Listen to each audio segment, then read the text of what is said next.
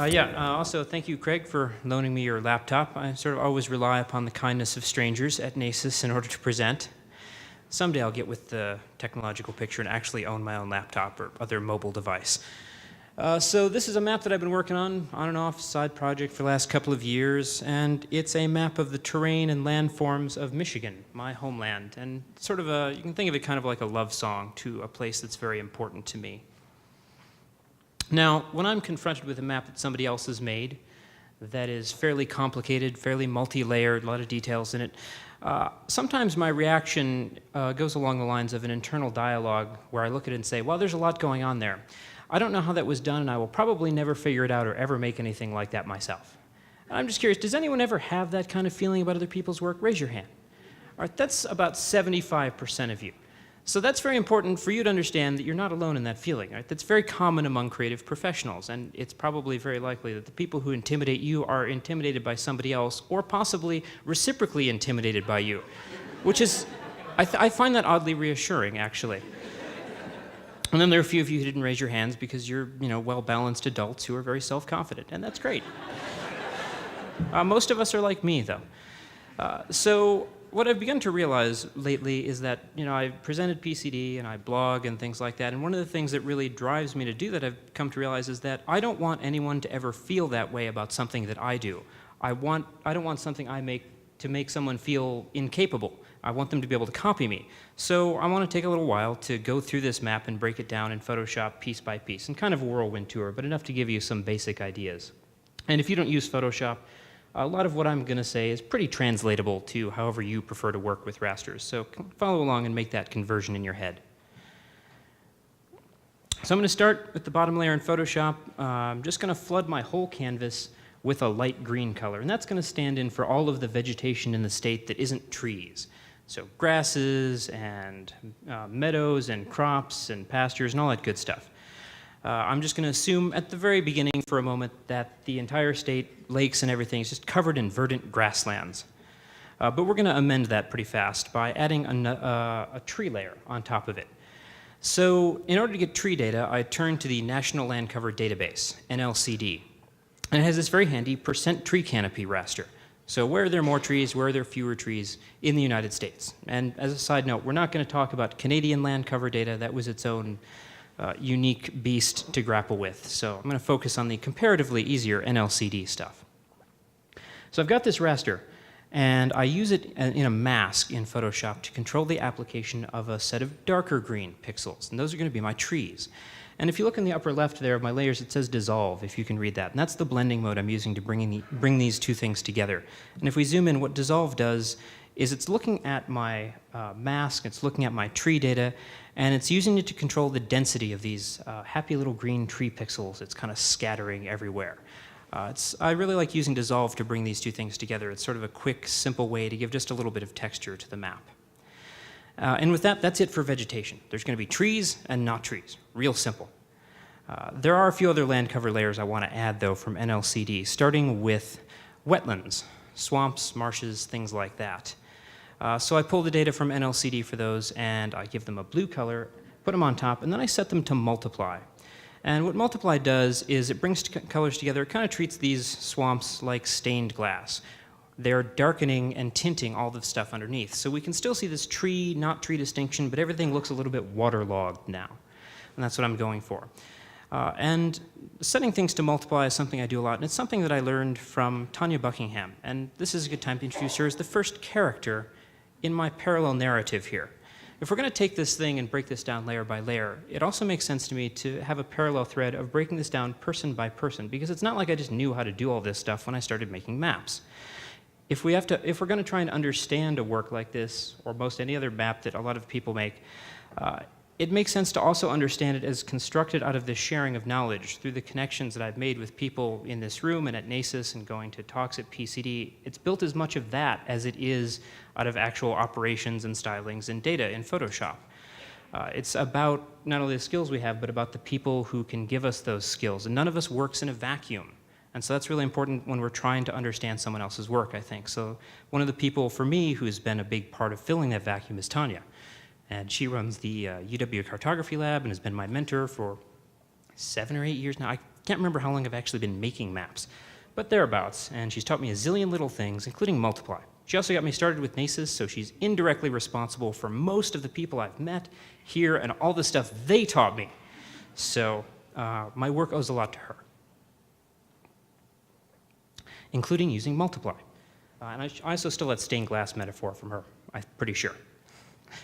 So once we got the wetlands in place, I want to add impervious surface data from NLCD, and that is, where is the concrete?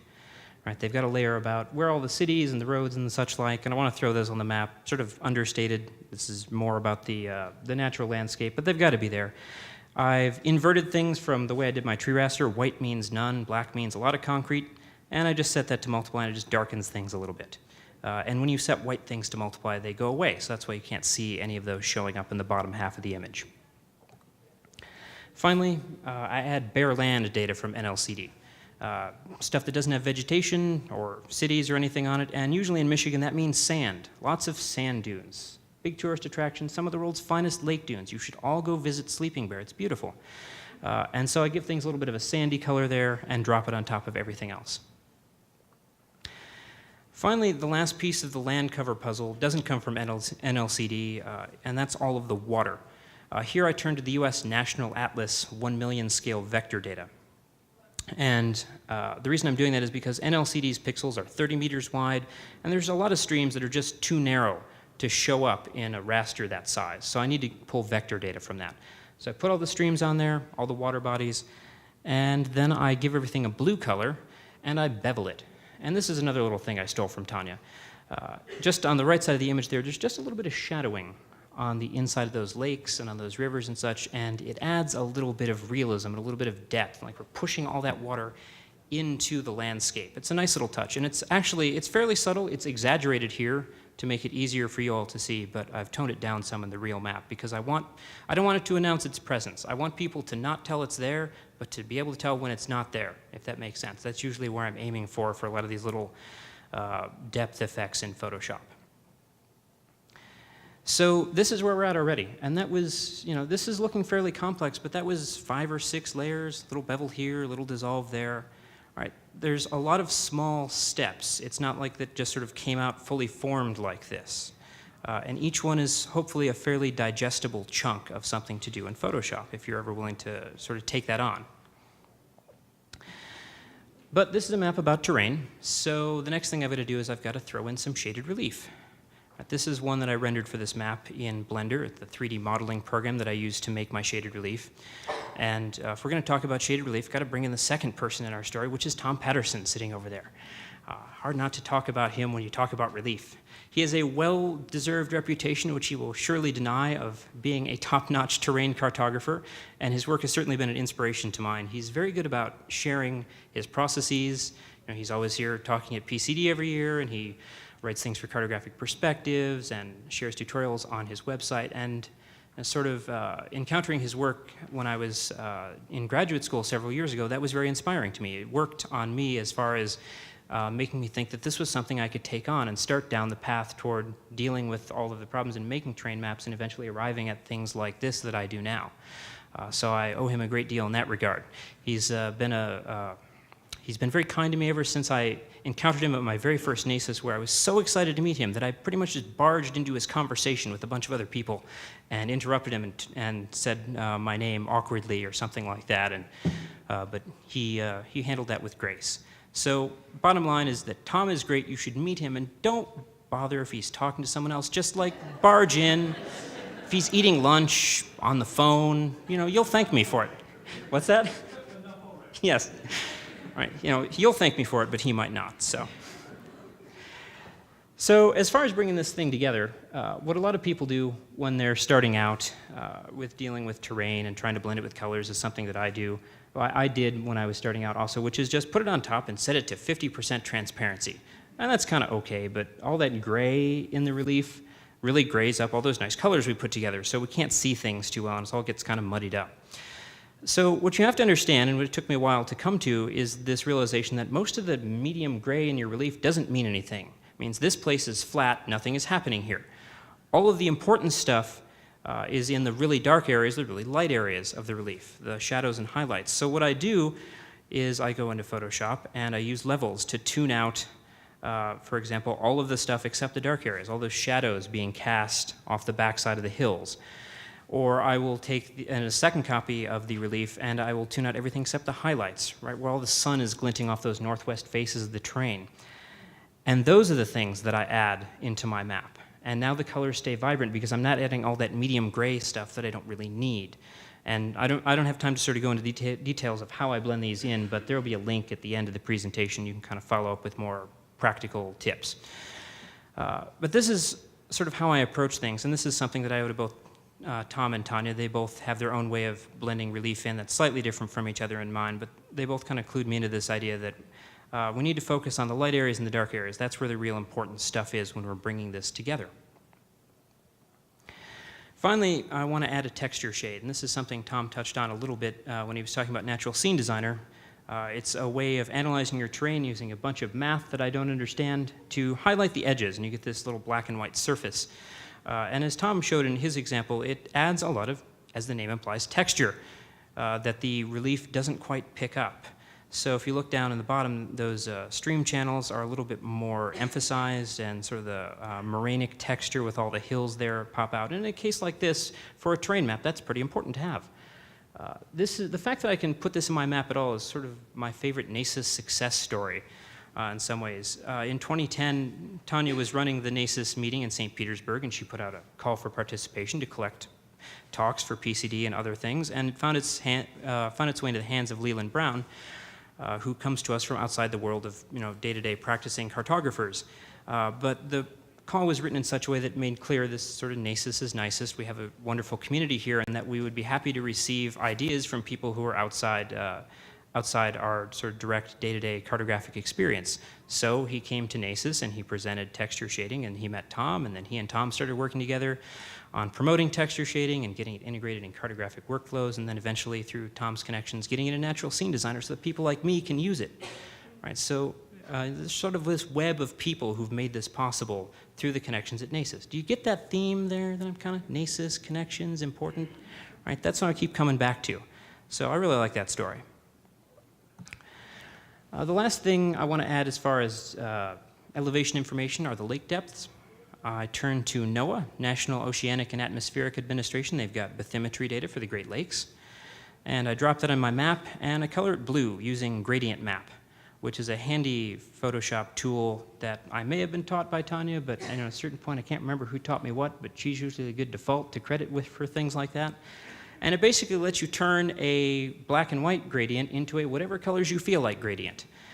So I've just turned black and white into this medium blue to light blue. And Gradient Map is really cool because it's all editable on the fly. I could change into those colors and not have to adjust my underlying data. It's all non-destructive. So it's pretty great. And so this is where we're at. This is the map without the labels.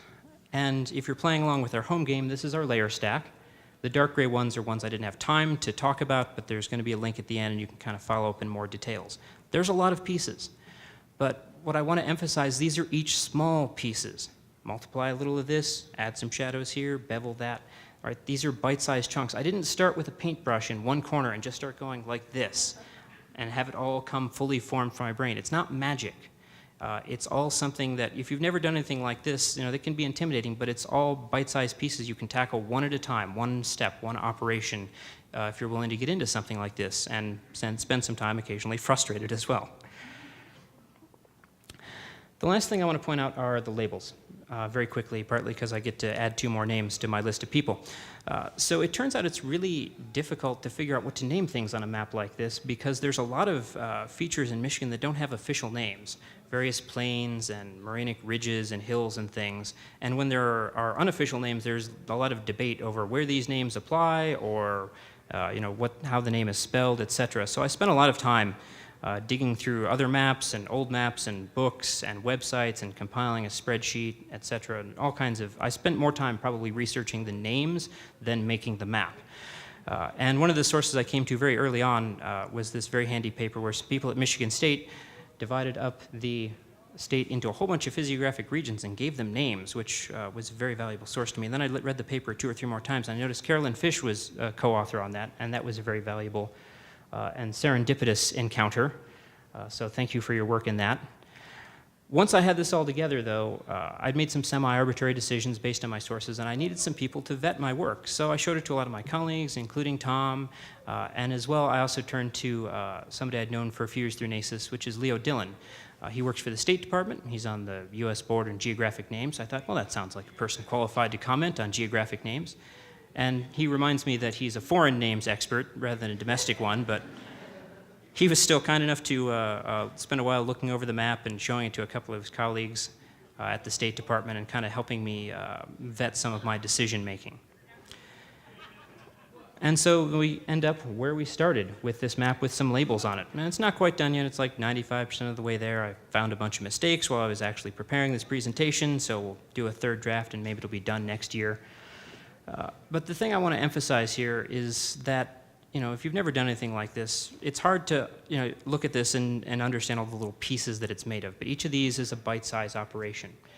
And also the extent to which this is representative of all of the people I've met over the years at NACIS. And I want, it's sort of, and some of whom I actually didn't have time to thank because I had to sort of cut this from a 40-minute presentation to a 20-minute presentation. But this is a business in some ways that's driven by who you know, but not in the sense of who's going to get you a job necessarily, but it's about who are the people who can help you do new things and take your work in new directions and inspire you. And so I want you to think while you're here about how you can take advantage of this community during this special time. We come together every year and create this special conference and renew our community and add new people to it and create new connections. So think about the people in this room and the people you've seen talk and the people you haven't seen present and the people you will see present, and about the ways that you can connect with them and do new and interesting things. And about the way as well that you can be a participant in the sort of spirit of learning that underpins NACIS as not only a receiver but a sharer of knowledge. Because you all have something to contribute. You all have some valuable nugget sitting in your brain that someone else doesn't know about. And I know some of you just thought, no, he's talking about everybody except me. Shut up. No, I'm talking about you, all right? Even if you learned to make your first map yesterday, there are people here who really want to know what it's like to be a learner because they're writing tutorials and documentation. So they would be vastly educated by encountering you as somebody who is new. So you all have ways that you enrich our community. So think about that on both sides of that equation and how you can sort of form new connections that will help you do new things. And what I would like to see then is a year or two from now, you come up on this stage and talk about what you've been working on and all the people here who've helped make it possible. Thank you.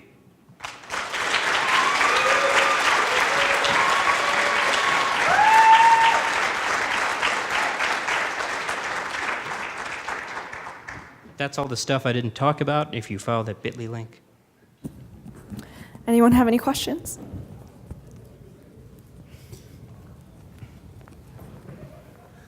Thanks so much. How much did you exaggerate the z-value of the terrain in Michigan?